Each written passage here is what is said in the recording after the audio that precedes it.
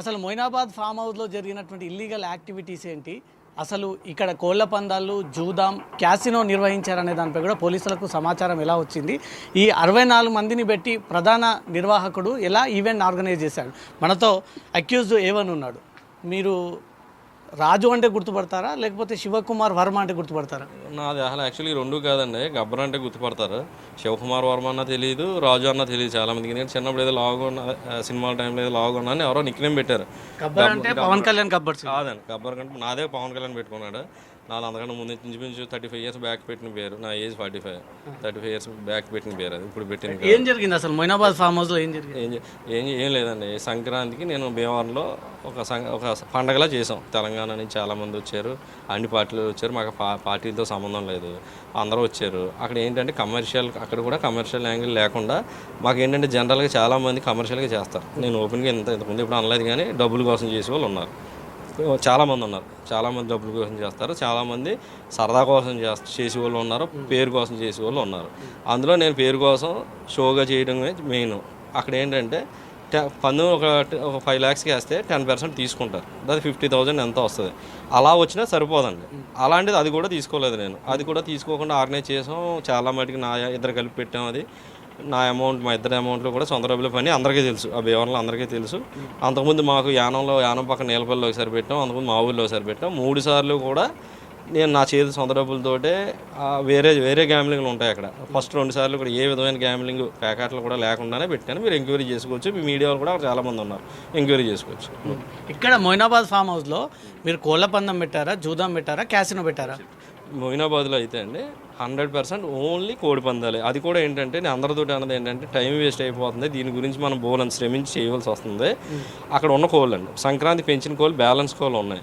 ఆ కోళ్ళు ఒకసారి అయితే ఇంక అయిపోతాయి అంటే సరే అని చెప్పేసి నేను ఇక్కడ ఎలాగ తోట బాగానే ఉంటుంది కదా అని చెప్పి ఇక్కడ పెట్టడం జరిగింది.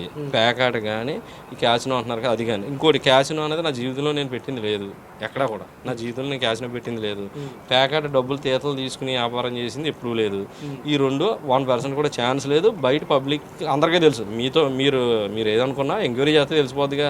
మీడియా ముందు, పోలీస్ ముందు ఏమవుతుందో ఆగదు. ఇంకోటి నేను పోలీస్ డిపార్ట్మెంట్ మెయిన్ అయిన కూడా, సార్ మీరు అక్కడ పట్టుకున్నదేమో కోడి పందాలు, మీడియాలో రకరకాలుగా వస్తున్నాయండి, మీరు ఒకసారి దానికి మీద మాకు ఏదైనా కొంచెం క్లారిటీ మీరు ఇవ్వచ్చు కదా అంటే మేము అనలేదు కదా అన్నారు. మరి మీడియా వాళ్ళు ఇలా రాస్తున్నారంటే వాళ్ళు ఎందుకు రాస్తున్నారో మాకు తెలియదు. మేమైతే పట్టుకున్నది కోడి పందాలు, మేము అదే చెప్పాం. ఇదైతే కోళ్ల పందాల కోసం 11 ఎకరాలు లీజుకి తీసుకున్నారా? అది యాక్చువల్లీ నేను కూడా చెప్పానండి. మంత్రి వెంకటపతిరాజు అని మా అత్తయ్య గారు అబ్బాయి, అతను కొంచెం ఏంటంటే ఉద్యోగం ఎక్కడో 20,000కి 25,000కి చేసుకుంటున్నాడు. ఇప్పుడు నాకేంటంటే సరే మనం ఏదో తోట తీసుకుని అడిగి ఒక ఇల్లు అది ఏర్పాటు చేద్దాం. మొయినాబాద్లో ముందు రైట్ సైడ్ ఒకటి ఉంటుందండి, అక్కడెక్కడ తీసుకున్నాం. అది 3 lakhsకి ఎంతకో తీసుకుంటే అక్కడ లాస్ వస్తుంది. నేను ఏమన్నానంటే తక్కువ లీజులో నీకు ఇల్లు ఉండేలాగా తీసుకో, ఆ లీజు నేను కడతాను, నెలకు 15,000 ఇస్తానని చెప్పి నేను ఏం చేశానంటే అది లీజు తీసుకున్నాడు. వాళ్ళు ఎవరో తెలియదు నాకు, ఆ పేరు కూడా నాకు నేను ఏదో అంటుంటే తెలిసింది తప్ప నాకు ప్రామిస్గా తెలియదు. ప్రామిస్ కూడా ఏంటో ఇష్టం ఉండదు, అదేదో వేయవలసి వచ్చింది అంతే. తెలియకపోతే అది తీసుకుంటే అక్కడ ఏంటంటే ఫస్ట్ మామిడి తోట అండి. మామిడి తోట కూడా మొన్న 150,000 లీజుకి తీసి 120,000 అనుకోండి లీజు, 150,000 ఐడియా లేదు, 150,000 అమ్మారు మామిడి తోట. అమ్మినా ఇక్కడికి నెలకు 15,000 కాబట్టి 180,000 మాకు దానివల్ల లాసే. అక్కడ ఏంటంటే ఆవులు పెట్టాం. తర్వాత ఏంటంటే 4 మేకలు పెట్టాడు. తర్వాత కోళ్ళు ఏం చేసామంటే పెట్ట పుంజు తెచ్చి ఎవరి దగ్గర, అది కూడా నాకు పెట్ట గురించి కోళ్ళ గురించి అసలు తెలియదు, జీరో నాలెడ్జ్. ఓ పుంజిని ఒక 5 పెట్టలనే తెచ్చి ఆ గుడ్లతో పిల్లలు చేయించాం. అవి ఇప్పుడు నెక్స్ట్ ఇయర్ సంక్రాంతికి పనిచేసేలా రెడీ అయినాయి. మేము వాడుకున్నది మామిడి తోట తీసుకున్నది, ఎందుకంటే కోళ్ళని అక్కడ కట్టచ్చు అనే ఉద్దేశం, నీడ ఉంటుందనే ఉద్దేశంతో తీసుకున్నది. కోళ్ళు కట్టడానికి 11 ఎకరాలు లీజు తీసుకుంటారా? అదే చెప్తాను. అతనికి గెస్ట్ హౌస్ ముందు చెప్పింది ఏంటి, ఇప్పుడు మన లీజ్ డబ్బులు 120,000, దానికి మామిడికాయ అమ్మితే 150,000 వచ్చేసింది. అక్కడికి జీరో అయిపోయాం. అతనికి ఇల్లు ఏర్పడింది అంటే ఒక ఇల్లు అక్కడ గెస్ట్ అక్కడ రూమ్ ఏదో ఉందో అందులో అతను ఉంటున్నాడు. అక్కడ మేము స్టే చేసింది కానీ అక్కడికి వెళ్ళి ప్యాకెట్ ఆడింది కానీ ఎప్పుడూ లేదు. కానీ పోలీసులు పట్టుకున్న తర్వాత ఈ ఫామ్ హౌస్లో ఈ 11 ఎకరాలలో చాలా రోజుల నుంచి ఈ పేకాట, క్యాసినో, జూదాం జరుగుతుంది అనేది కూడా కొన్ని ఆనవాళ్ళు ఉన్నాయి. ఇది ఫస్ట్ టైం కాదు, ఇదే భూపతిరాజు కొన్ని ఏళ్ల తరబడి ఇదే ఫామ్ హౌస్లో నిర్వహిస్తూ ఉన్నాడు అనేది కూడా ఎంక్వైరీలో బయటపడింది. సరే, అది ఎంక్వైరీలో బయటపడింది కదండి, అది ప్రూవ్ చేస్తే మీరు ఇప్పుడు ఏమంటే కోర్టులు ఉన్నాయి, వేసేమనండి. మీరున్నారు అలా ఎన్ని రోజుల నుంచి లేదు అంటే సీసీ, ఇప్పుడు మా కారులో మేము వచ్చినాయి ఆ రోడ్లో ఎక్కడ ఉన్నా తెలిసిపోద్దిగా. ఇప్పుడు మా కారు మీకు ఏదో కారులో రావాలి, మా కార్లు రెగ్యులర్గా వచ్చి కార్లు ఉంటాయి, ఆ కారులో పోనీ మేము ఎన్నిసార్లు వచ్చాం, ఆ ఏరియాలో ఎక్కడ సీసీ కెమెరా ఉన్నా మేము కనపడాలిగా. పోనీ నేను అంటూ వస్తే ఆడేసినట్టు అని ఎన్నిసార్లు వచ్చినా అన్నిసార్లు అనుకోండి. నేను మహా వస్తే నేను విడిగా మొత్తం మీద వస్తే 10 times అండి వచ్చి నాకు నాటుకోడి గుడ్లు తెచ్చుకోవడం, కూరగాయలు తెచ్చుకోవడం. అది కూడా 10 సార్లు మించి ఉండదు. కొన్ని నిజంగా ప్యాకెట్ ఆడాలంటే ఒక 7-8 మంది ఉండాలిగా. 7-8 మంది వచ్చి అన్నిసార్లు కేసులు రాసేసుకోండి. అన్నిసార్లు నేను ఆడినట్టే 7-8 మంది మేము ఎప్పుడైనా వస్తే మేము ఆడేసినట్టే. అవి ఎన్నిసార్లు వచ్చినాయి ఎంక్వైరీ చేసుకున్నాను. అవి అనవాళ్ళు అన్నీ ఫేక్ అండి. అవి పోలీస్ డిపార్ట్మెంట్ చెప్పదు. అది ఎలా చెప్తుంది? లేని ఎందుకు చెప్తారు? అక్కడికి వచ్చారు, కోళ్ళు ఉన్నాయి అంతే కదా, అక్కడ దొరికి కోడి కట్టి ఈ కత్తులు ఉన్నాయి. మేము అది కూడా సరదాకి వేసిందే. మళ్ళీ పోలీస్ డిపార్ట్మెంట్ తెలంగాణలో అది ఎక్కడా లీగల్ కాదు, వేయొద్దు అన్నారు. 100% దానికి కట్టుబడి ఉంటాను. నేను ఇంకెప్పుడు వేయను. పోలీసులు రిలీజ్ చేసిన వీడియోలో కొన్ని డబ్బాలు ఉన్నాయి, కొన్ని హ్యాండ్ బ్యాగ్స్ ఉన్నాయి. ఒకవేళ కోళ్ళ కత్తులు అంటే మాత్రము అది ఏదైనా నేను చెప్తానండి. డబ్బాలంటే బిస్లరీ వాటర్ బాటిల్ డబ్బాలు నేను అక్కడ చూశాను. బిస్లరీ వాటర్ బాటిల్ డబ్బాలు. తర్వాత బ్యాగులు అంటున్నారు. ఏం బ్యాగులు ఉన్నాయంటారు? క్యారీ బ్యాగ్స్ పట్టుకునే విధంగా అన్నీ అక్కడ జామ్ అయ్యి దాంట్లో కాయిన్స్ ఉన్నాయని అంటారు. చచ్చా, అది ఉట్టిదండి. ఒక అట్టపెట్టిలో పెట్టిన కాయిన్లు ఆ బ్యాగుల్లో కాయిన్లు ఉంటే మీకు షో చేయమనండి. ఒక అట్టపెట్టి పట్టుకెళ్ళారు పోలీసులు. ఆ అట్టపెట్టిలో క్యాష్, కాయిన్స్ పెట్టారు. ఆ కాయిన్స్ కూడా ఎవరికి ఇవ్వండి. అక్కడ ఉన్నాయి కాయిన్ డిస్ట్రిబ్యూషన్. అక్కడ మొత్తం అక్కడ దొరికిన కాయిన్లు అయ్యి వాటికి అది క్యాష్కి దానికి సంబంధం లేదు. దాని కోడి బొమ్మ ఉంటుంది, అది క్యాష్ అనేది కాదు. మేము మన సంక్రాంతికి ఊళ్ళో వాడడం కోసం అని మేము చేయించాము. అక్కడ కూడా వాడలేదు కదా, ఇక్కడ ఉపయోగపడతాయని నేను అక్కడికి తెచ్చాను. కొంతమందికి ఇవ్వడం జరిగింది, కొంతమందికి నేను అబద్ధం ఇప్పుడు కూడా ఇవ్వలేదని చెప్పొచ్చు. అది కూడా గబ్బర్ వెనుక ఉన్నటువంటి రాజకీయ నాయకులు ఎవరు? అటు కానీ ఇటు కానీ. రాజకీయ నాయకులు అంటే సార్, ఒకసారి ఫస్ట్ నాకు మా స్వతహాగా అక్కడ ఏదో పార్టీ అంటే ఇష్టం. ఆ పార్టీ గురించి ఎందుకు. తర్వాత ఏమైంది, నేను జగన్ గారు దాంట్లో జగన్ పార్టీలో జాయిన్ అయ్యాను. తర్వాత నాకు అప్పుడు ఓటు కూడా లేదు, ఇక్కడే ఓటు ఉంది నాకు. అక్కడ జగన్ పార్టీలో జాయిన్ అయినా, వైసీపీలో జాయిన్ అయినా.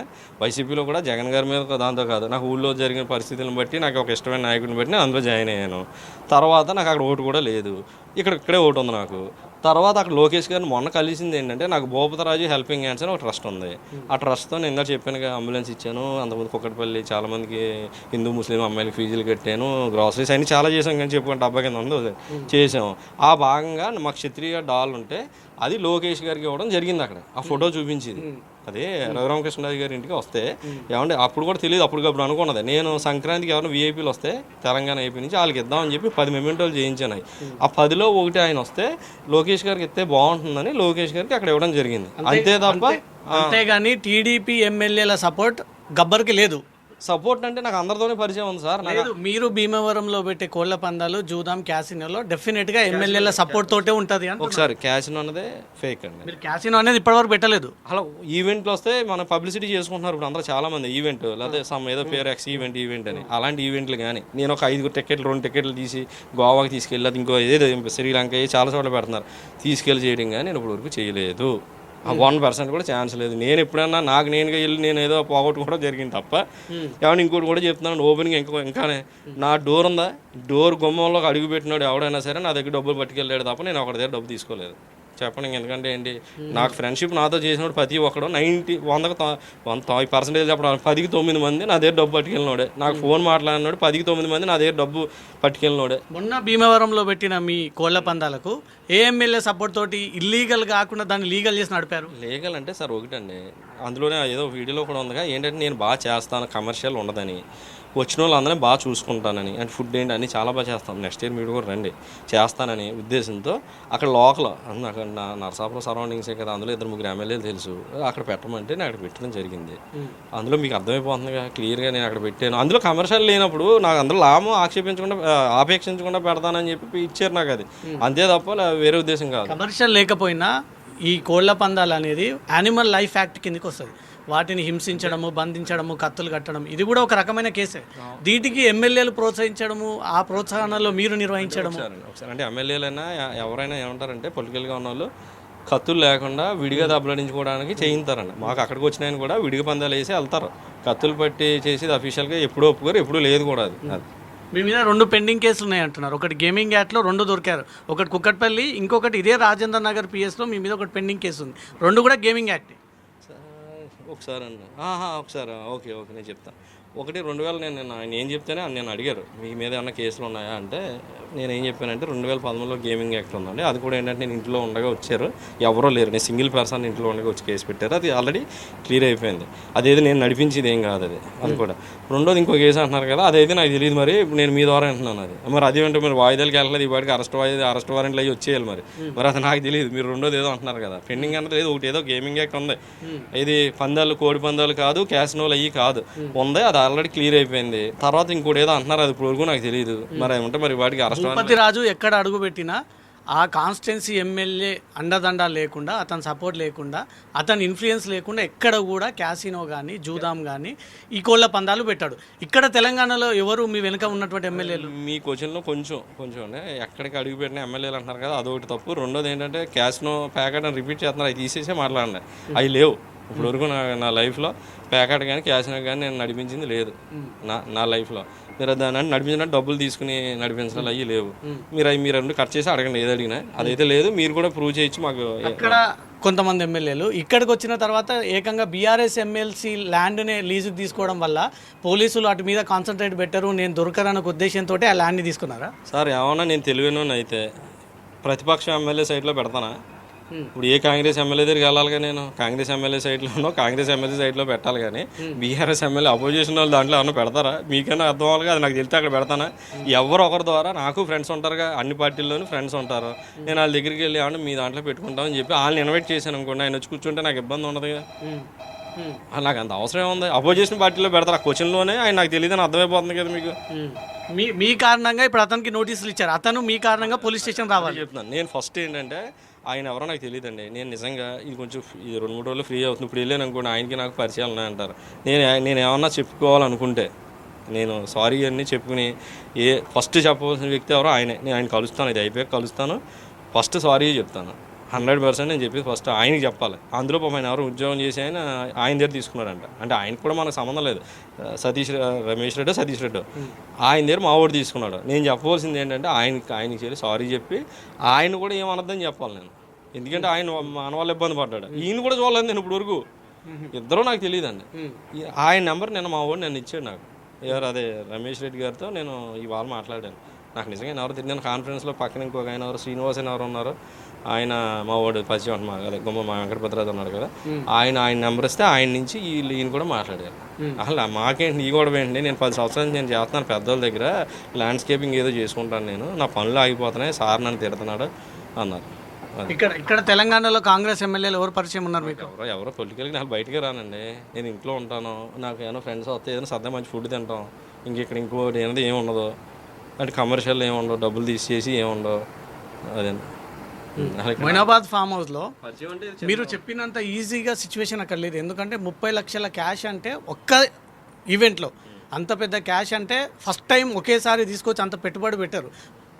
30 లక్షల క్యాష్తో ఆడుతున్నారంటే మీ రేంజ్ ఏందనేది మీకే అర్థం కాదు. అదే అండి, ఇప్పుడు మీరు రేంజ్ ఏమంటున్నారంటే పెట్టినోడికి సంబంధం ఉండదండి ఆ డబ్బు. ఇప్పుడు నా దగ్గర దొరికితే నాది అది.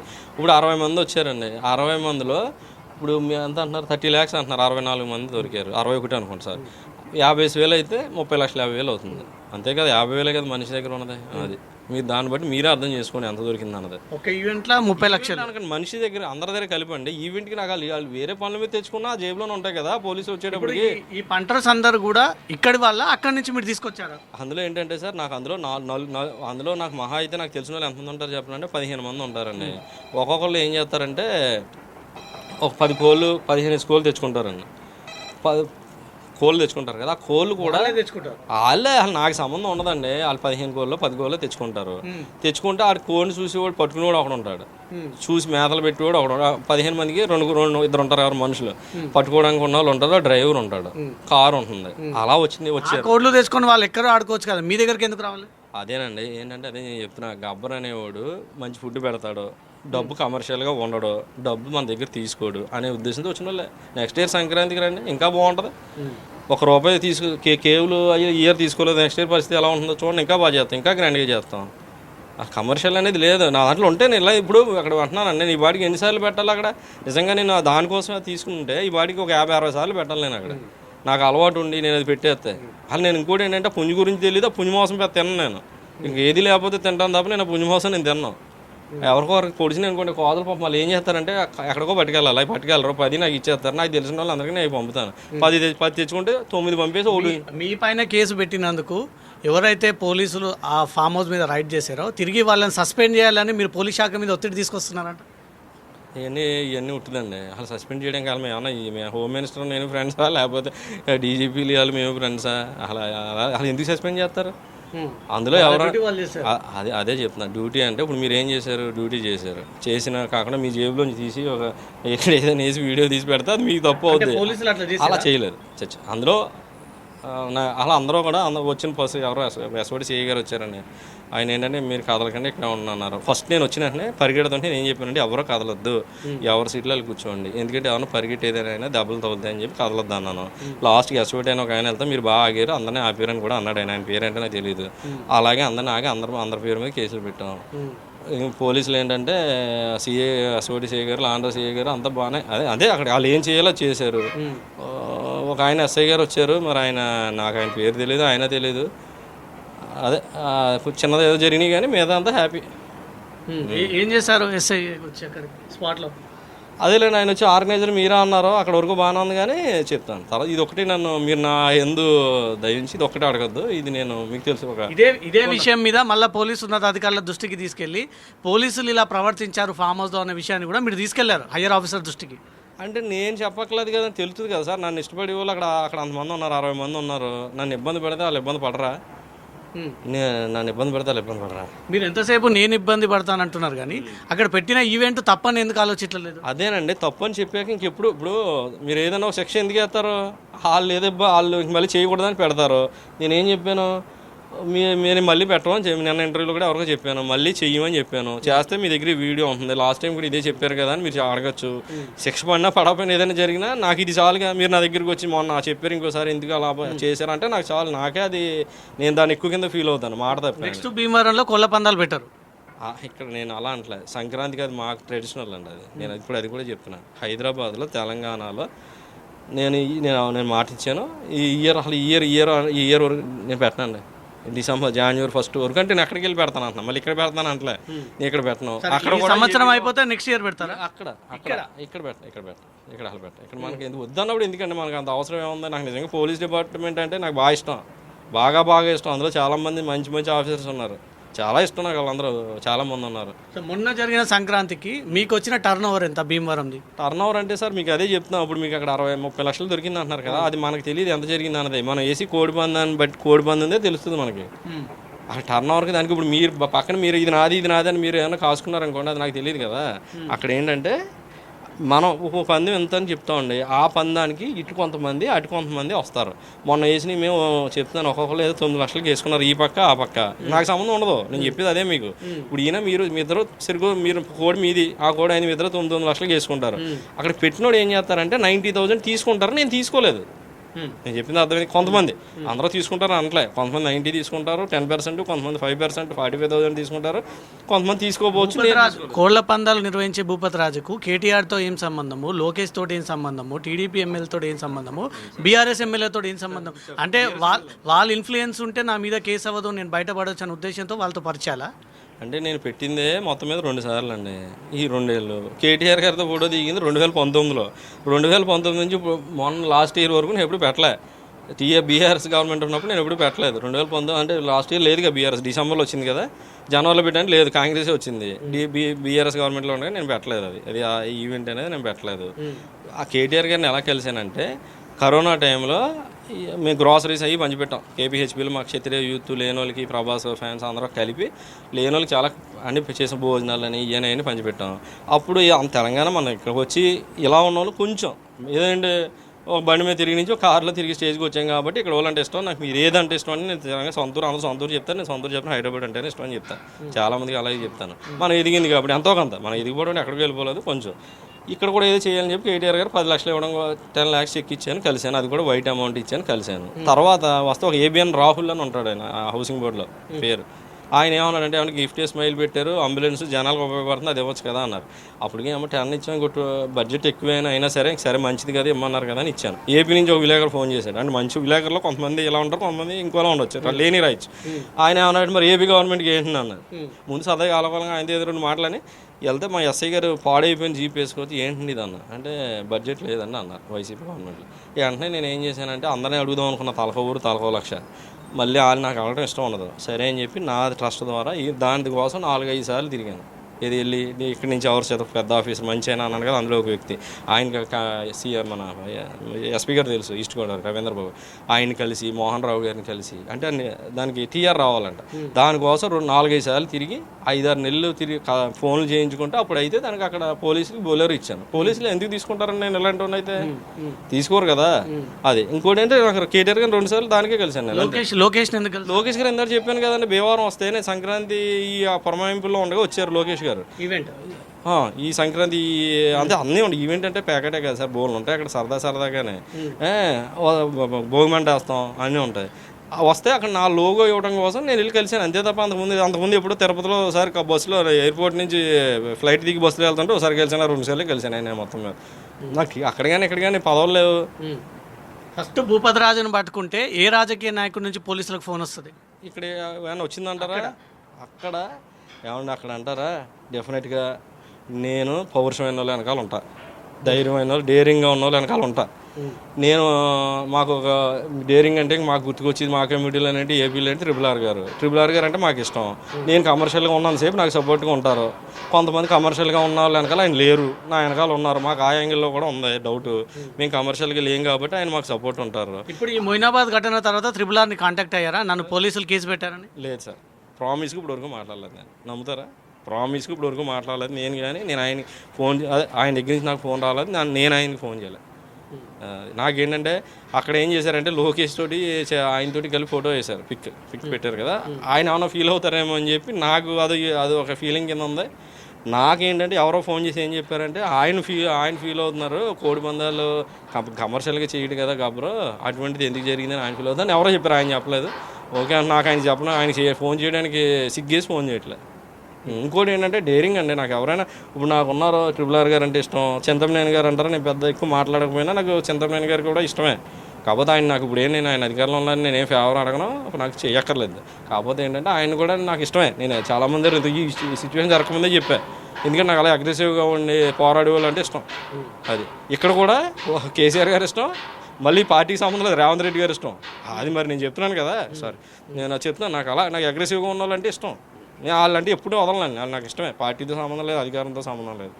అది మొయినాబాద్ జరిగినటువంటి ఫామ్ హౌస్కి సంబంధించి ఇంటర్నల్గా ఏం జరిగింది అనేది కూడా నిందితుడు ఈ విషయాన్ని అంతా కూడా తెలియజేశాడు. అక్కడ క్యాసినో లాంటి ఈవెంట్ జరగలేదు, కేవలం కోళ్ల పందాలు మాత్రమే జరిగాయి. అది కూడా సంక్రాంతి రోజు జరిగినటువంటి కోళ్ళని తీసుకొచ్చి ఇక్కడ పెట్టి దాని ద్వారా ఆ ఈవెంట్ కండక్ట్ చేస్తూ ఉంటుంటే పోలీసులు వచ్చి రైడ్ చేసి అక్కడ ఉన్నటువంటి వ్యక్తులందరినీ కూడా అరెస్ట్ చేసి 30 లక్షలు దొరికాయి అన్నట్టుగా కూడా పోలీసులు అఫీషియల్గా తెలియజేశారంటూ కూడా నిందితుడు అంటున్నారు. కెమెరా పర్సన్ కృష్ణతో రవితేజ, జీ న్యూస్, హైదరాబాద్.